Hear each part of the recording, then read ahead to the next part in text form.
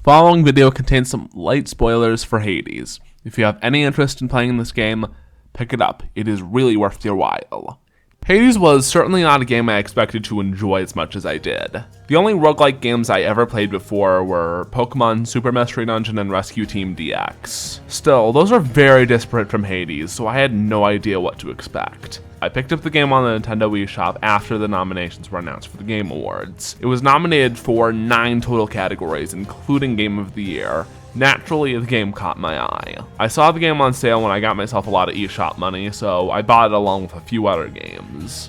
I didn't get around to starting the game until I was done with Age of Calamity, but that was after the Game Awards. I decided to play Hades after because the game was fresh in my mind after seeing it in the awards show. I loved the game immensely. I think the best place to begin with is probably where the game begins. Zagreus is a great main protagonist. I love seeing him banter with all the other characters throughout the underworld. You can talk with almost every character in the House of Hades after dying. There is an absurd amount of dialogue and all of it is really well written. Since you can only talk to a character once per run, the game almost never runs out of new dialogue. Most games with this many characters just have them saying very generic lines outside of side quests. The approach Supergiant went for makes the setting feel very lived in, even though most of the people in here aren't alive. The most superb thing about the game's dialogue, however, is that every single line is voiced. A lot of games that have large budgets to work with even don't do this, but Hades was an independent title. It has over 21,000 lines voiced. That's just ridiculous. Speaking of voice acting, it is fantastic.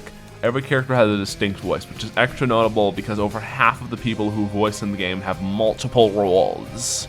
Blood and Darkness, Logan Cunningham has six roles, all of them with very distinct voices. The guy's range is absurd. The characters in this game are all incredible. Both the voice acting and writing play large parts in making all of these characters likable. There's only a single character I don't enjoy, and that's because they lack characterization opposed to having poor characterization. I like every character in this game for very different reasons. I like Theseus and Lacto because they have personalities that perfectly motivate you to beat them. Pretty much everyone else fights Zagreus professionally. Asterius, Tisiphone, and Meg all fight Zagreus because the king tasks them with stopping anyone from escaping. Theseus does it for glory because he's an egomaniac that sees himself as vanquishing a vile demon.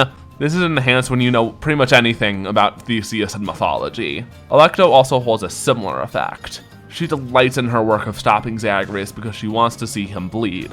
She's fascinated by Zagreus being a god that bleeds red blood. Her sadistic comments lend to the same effect of living to hate her. This game is overflowing with great personalities. Meg and Zagreus have a super fun dynamic. Their banter is second only to Hades himself. Speaking of Hades, I really love how this game does not portray him as evil. He's harsh to be sure and astoundingly bitter, but he's equated with Satan here like so many writers end up doing. At worst, Hades is a stickler for the rules, made more bitter than an expired Switch cartridge by his terrible lot in life. This shines through in all of his interactions with other characters, especially Zagreus. Zagreus is my favorite character for obvious reasons. I don't like protagonists that lack personality, and our boy Zag has it in spades. He is consistently hilarious, emotional, and insanely kind. I love how a character who thinks nothing of death would throw himself at certain doom just for the sake of doing something nice for his friends. What an absolute lad.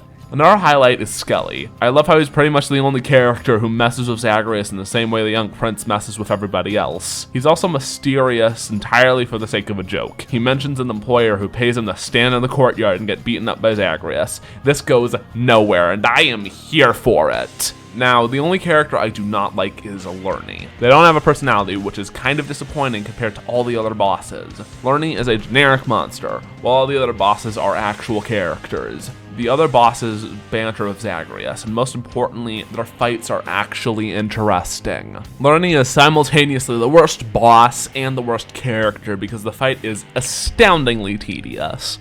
You hit the boss down to 2/3 HP, it becomes invincible and you have to kill 3 support heads to lower the shield. Then you hit it more until it gets to 1/3 HP. Then you fight 6 more heads and that can finally kill the damn thing. Lurny is not fun to beat. The fight breaks up the flow of the game, which is super smooth otherwise. You have to fight the damn thing a minimum of 10 times to get to the credits, and any player with a reasonable skill set will have to fight it more. I fought this ossified fuck well over 50 times. The Extreme Measures version isn't even that different.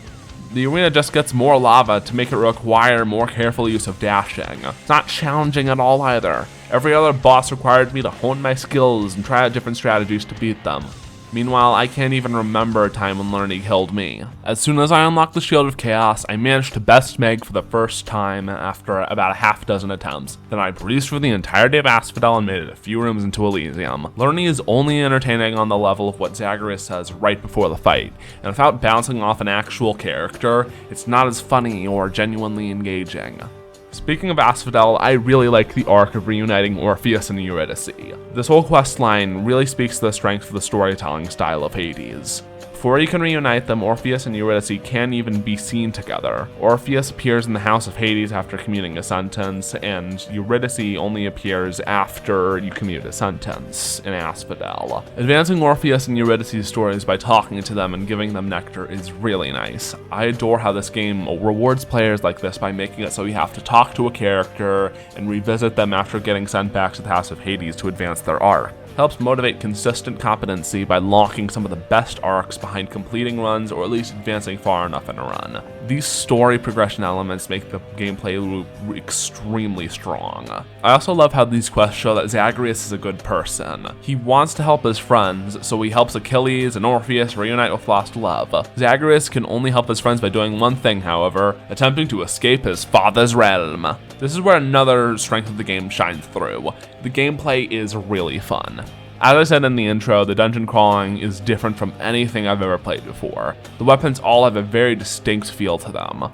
None of the weapons feel similar to one another, and I really like that. If I were to rank them from least to most favorite, I'd go Varatha, Coronaut, Stygius, Aegis, Malphon, and then Exegriff. Combat in Hades strikes the right balance of challenge. The game was hard, but I could attribute over 90% of my 80+ deaths to my own blunders rather than poor game design or bad luck. Gameplay is so engaging that I consistently played for several hours a day over the course of winter break. The gameplay being a lot of fun complemented the aforementioned great story hooks.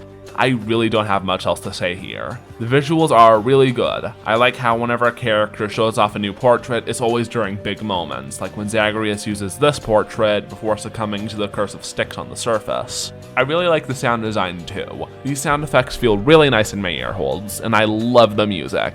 All the boss themes are great, and Good Riddance is fantastic. Orpheus and Eurydice duetting after being separated for so long makes an already fantastic song that much more incredible. Lastly, Hades and Persephone's arc of reuniting is spectacular. I honestly cannot put it into words and do it justice. Honestly, I highly recommend that you play the game yourself. If you're a fan of Greek mythology, roguelikes, or even just games with good stories, I'd highly recommend that you pick it up. One of the best ways to spend $25 that I can really recommend. Hey, hello everybody, thank you for watching this video. I am sincerely hoping that you enjoyed it. If you like this video, please take a chance and subscribe. I have more videos planned upcoming, including one talking about Astral Chain. Until then, have a very nice time, and goodbye.